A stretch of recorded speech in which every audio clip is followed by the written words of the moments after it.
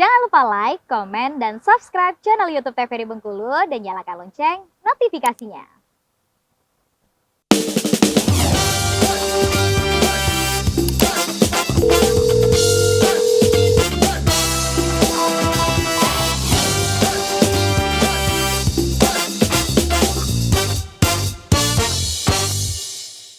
Pemirsa, terima kasih Anda masih bersama kami dalam Dokter Kito Bersama Kita Sehat. Dengan tema kita kali ini membahas mengenai PPOK. Nah, Julia pengen bertanya nih dok, mengenai PPOK tentunya ya. Nah, ini apakah bisa menular atau kalau bisa menular itu melalui apa aja? Enggak ya. Jadi kalau PPOK ini dia bukan penyakit yang menular. Sama seperti asma juga tidak menular ya. Artinya dengan PPOK batuk dia tidak akan menulari orang yang sedang berbincang atau yang berada di dekatnya. Seperti itu bahasanya ya, atau sederhananya. Jadi memang PPOK ini dia bukan penyakit yang menular, dia memang pajanan dari asap atau gas yang beracun jangka panjang sehingga dia hanya menginfeksi satu orang aja. Maksudnya menginfeksi bagian paru-paru seseorang tersebut karena pajanan atau paparan asap atau gas yang jangka panjang. Jadi dia bukan menular, bukan karena transmisi udara, bukan karena droplet berdekatan seperti ini, bukan. Jadi PPOK itu memang dirinya sendiri karena pajanan yang lama tadi, asap atau gas yang beracun. Jadi ketika pun batuk ya tidak ada virus-virus seperti batuk lainnya ya yang bisa menulari begitu dok ya. Karena kan kalau ini kan akibat langsung dari gas itu yang memang masuk ke dalam tubuh pribadi begitu ya. Jadi memang dirasakan pribadi dan tidak menular ketika ada batuk dan lain sebagainya. Nah, Julia ingin nanya ke dokter Bella ini untuk mengelolanya nih dok, mengelola gejala PPOK. Itu gimana sih dok? Oke, jadi kan gejala dari PPOK itu biasanya yang pertama itu dia batuk ya. Nah, buat kita kelola gejala dari batuknya itu sendiri, ya jangan deket-deket sama orang yang juga batuk yang progresif gitu ya. Terus juga maksudnya kalau kan kita udah tahu nih kita batuk, terus kita juga takut nih makin parah, jangan memperparah batuk maksudnya, jangan memperparah kondisi batuk. Salah satunya kalau misalnya dia ngerokok ya harusnya kalau dia makin merokok itu dia makin memperparah kan. Nah, jadi kita kelola gejalanya ya kurangin, terus juga hindarin paparan. Kalau misalnya emang lagi suka batuknya lagi progresif, pakai masker gitu. Takutnya nanti kita udah punya batuk nih, terus ada infeksi berulang lagi, ada infeksi lain lagi yang menyerang, itu malah memperberat gejala kita gitu ya. Terus istirahatnya yang cukup juga, terus kesehatan diri misalnya makan yang bergizi gitu ya. Terus hindari dari itu sih infeksi, karena takutnya nanti kalau misalnya kita udah punya ada bibit penyakitnya terus kita ada infeksi lagi yang berulang dan memperberat gejala, makin berat nanti gejalanya kayak gitu. Baik, nah kembali ke dokter Elsa. Jadi mau tanya nih, ini kan PPOK ini kan nggak bisa disembuhin ya dok ya. Nah ini selama proses sampai berlangsungnya umur hidup manusia itu yang terkena PPOK ini, pengobatannya seperti apa dok? Apakah meminum obat seumur hidup atau seperti apa? Ya, PPOK memang tidak bisa disembuhkan atau tidak bisa kembali seperti paru-paru yang normal. Itu kunci yang pertama. Ya, tetapi kabar baiknya PPOK ini bisa sebagai penyakit yang terkontrol. Artinya terkontrol dengan obat. Bisa dibilang memang kalau PPOK dia memang statusnya penyandang PPOK yang akan dibawa sampai di ujung usia dengan obat-obatan, betul. Ada dua obatnya, ada yang melalui oral seperti itu ya, ada yang obat minum, ada yang obat inhaler atau obat yang disemprot atau obat yang dihisap, biasanya itu, atau memang kombinasi dua-duanya. Itu nanti dokter spesialisnya ya yang akan menentukan apakah dosis-dosis pada PPOK yang A, pada si A, B, C itu pasti akan berbeda, tergantung dari derajatnya, tergantung dari komorbidnya, tergantung dari daya tahan tubuh seseorang, terus apakah ada penyakit penyerta lainnya. Tetapi pada orang-orang yang penyandang PPOK, memang kalau yang ringan mah dia bisa dibilang dia angka kambuh atau sesaknya gejalanya itu tidak sampai seharian atau bisa jadi dalam sehari itu tidak kambuh, ada ya. Akan tetapi mungkin dia terkontrol dengan obat itu tadi. pagi misalnya dia harus menghisap obatnya dulu atau menyemprotkan obatnya, baru bisa beraktivitas dengan nyaman dalam seharian.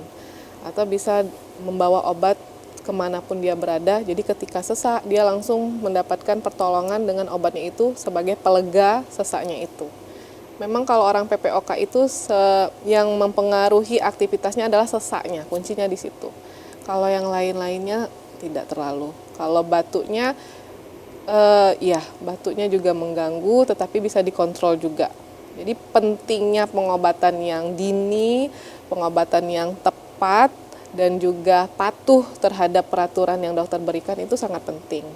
Jadi kalau orang yang PPOK-nya itu dia terkontrol, dia nanti bisa bagus nih gejalanya, bisa terkontrol. Nanti aktivitas dia beraktivitas sehari-harinya juga bagus, Jul.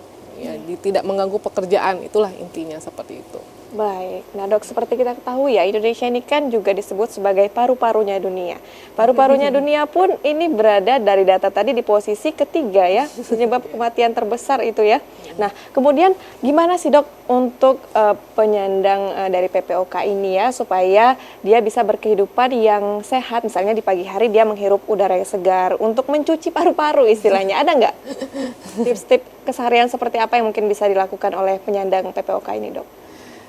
Kalau kita bicara dia udah statusnya udah penyandang PPOK, mungkin akan lebih sulit ya untuk menjadi pencegahannya, atau seperti yang kalau Julia bilang tadi, pencuci paru-parunya. Karena paru-parunya itu bisa dibilang udah rusak, Jul. Jadi dianya itu kapasitasnya menurun, fungsinya sudah menurun, seperti itu ya. Fungsinya mengembang mengempis sudah menurun. Jadi kita usahakan obat dan pola hidup bersih dan sehat yang pagi-pagi olahraga dan segala macamnya itu untuk mempertahankan paru-paru fungsinya itu udah di situ aja, jangan berkurang lagi. Terus kapasitas parunya itu jangan berkurang lagi, seperti itu. Tapi kalau kita bicara dengan orang-orang yang ada faktor resiko, misalnya genetiknya ada, terus ya bisalah melakukan pencegahan sejak dini. Misalnya usia-usia muda udah tidak merokok, terus menerapkan perilaku hidup bersih dan sehat, kelola stres dan lain sebagainya, seperti itu. Menghindari paparan asap atau gas-gas beracun, seperti itu. Tapi kalau udah penyandang mah kita udah bicaranya itu bukan pencegahan lagi ya, sudah tahap yang terapi dan rehabilitasi dan tidak memperberat dari gejalanya lagi gitu. Karena memang sudah malfungsi di saluran kecil di paru-paru itu ya dok ya. Baik, Teh Julia pengen tanya ke dokter Bella nih, ada nggak sih pengalaman menangani kasus dari penyakit PPOK ini dok? Iya, jadi kalau PPOK ini sebenarnya banyak ya kasusnya. Di Bengkulu aja banyak, tadi di Indonesia paling nomor 3 gitu ya. Di Bengkulu pun banyak sekali pasien-pasien yang datang, sesak nafas, batuk-batuk, terus dia udah sampai kadang-kadang udah nafasnya tuh udah bener-bener kelihatan ya. Kalau misalnya dia udah sedang batuk udah kelihatan. Waktu kita lihat tuh udah kelihatan kurus biasanya pasiennya ya. Nggak gara-gara ini ya, nggak gara-gara dia gendut atau kurus, tapi kebanyakan itu biasanya pasiennya udah kurus terus retraksinya terlihat. Itu emang banyak gitu di Bengkulu. Pasti langsung kita tanya, ngerokok nggak Pak gitu ya, atau di rumahnya pakai tungku tadi nggak gitu ya. Terus faktor-faktor resiko yang sama pasiennya gitu apa aja gitu. Dan ya tadi pasti dijawabnya biasanya tuh bapak-bapak yang paling banyak, tapi nggak menutup kemungkinan ibu-ibu juga aku pernah dapet ya. Dan waktu kita lihat tanya-tanya, emang dulu waktu dia sekarang kan udah pakai gas LPG, tapi dulu beberapa tahun yang lalu itu dia ternyata pakai tungku gitu ya, masaknya masih ada asap-asap, masih pakai kayu bakar. Walaupun sekarang udah enggak, tapi kan dari sebelumnya itu paru-parunya emang udah rusak gitu. Nah mungkin karena sekarang yang memberatnya dan ada ada efeknya baru sekarang gitu. Baik dokter, ini kan untuk kita-kita yang nggak terlalu sering terkena asap-asap seperti itu kan bisa saja mencegah sebaik mungkin gitu ya. Tapi untuk pekerja-pekerja yang rentan sekali kontak langsung dengan asap, misalnya di pembakaran sampah atau penjual sate, itu kan juga banyak asap-asapnya. Nah itu gimana dok cara dia mencegahnya? Yang pertama seharusnya menggunakan masker. Ya, menggunakan masker. Yang kedua hiperventilasi. Jadi harus ada pertukaran udara yang bagus, yang baik, yang besar seperti itu ya. Kalau memang sudah pencegahannya udah dilakukan, kalau udah masih juga terkena, berarti faktor risiko lainnya coba dilihat lagi, coba digali-gali lagi ya.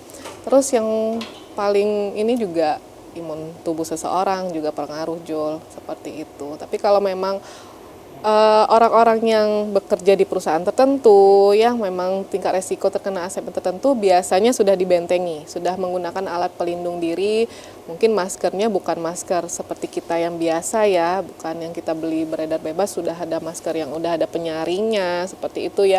Terus pemeriksaan paru berkala, saya rasa perusahaan-perusahaan yang memang udah besar, terus resiko tinggi asapnya tinggi, sudah menerapkan kesehatan berkala yang seperti itu untuk mencegah terjadinya PPOK. Baik, terima kasih Dokter Elsa, terima kasih juga Dokter Bella. Nah pemirsa, semoga informasi tadi bisa menambah pengetahuan kita ya, untuk bisa lebih menjaga kesehatan dengan baik. Akhirnya pemirsa, saya Julia Hartanti mewakili seluruh kerabat kerja bertugas, pamit undur diri.